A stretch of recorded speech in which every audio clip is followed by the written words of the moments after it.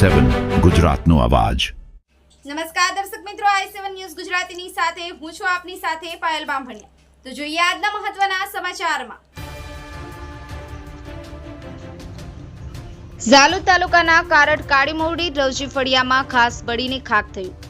મળતી માહિતી મુજબ ઝાલોદ તાલુકાના કાળીમોવડી રવજી ફળિયામાં રહી સ્ત્રી નીનામાં રાજુભાઈ હુરકાભાઈ તારીખ 15/12/2024ના રોજ સવારના 5:15 કલાકના સમયગાળામાં કોઈ હરામખોરોએ 10,000 ઘાસના પૂડાની ગરીમાં આગ ચાપીનો બનાવ લોકમુખે ચર્ચાઓ જોવા મળી રહી છે।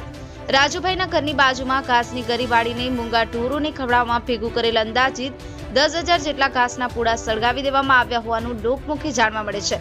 ઘાસ બળતા ગામના આજુબાજુના લોકો દોડી આવ્યા હતા અને પાણીના બંબાને ફોન કરતા પાણીનો બંબો પણ ઘટના સ્થળે દોડી આવ્યો હતો, પરંતુ ઘાસ પડી ગયું હતું। મૂંગા ઢોરને ખવડાવવા ખેડૂતને હાલાકીનો સામનો કરવો પડતો જોવા મળે છે। સરકાર દ્વારા મનુષ્યને ઘરના નુકસાની પેટે સહાય ખાધા ખોરાકીની ચૂકવવાની યોજના દાખલ કરવામાં આવી છે।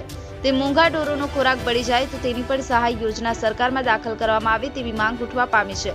હવે જોવું રહ્યું કે આવી નુકસાની અંગે સરકાર શું વિચારે છે તે જોવું રહ્યું। બ્યુરો ચીફ કાળુભાઈ ડામોર સાથે cameraman Sensinh Bariya, i7 news Gujarati, Dahod.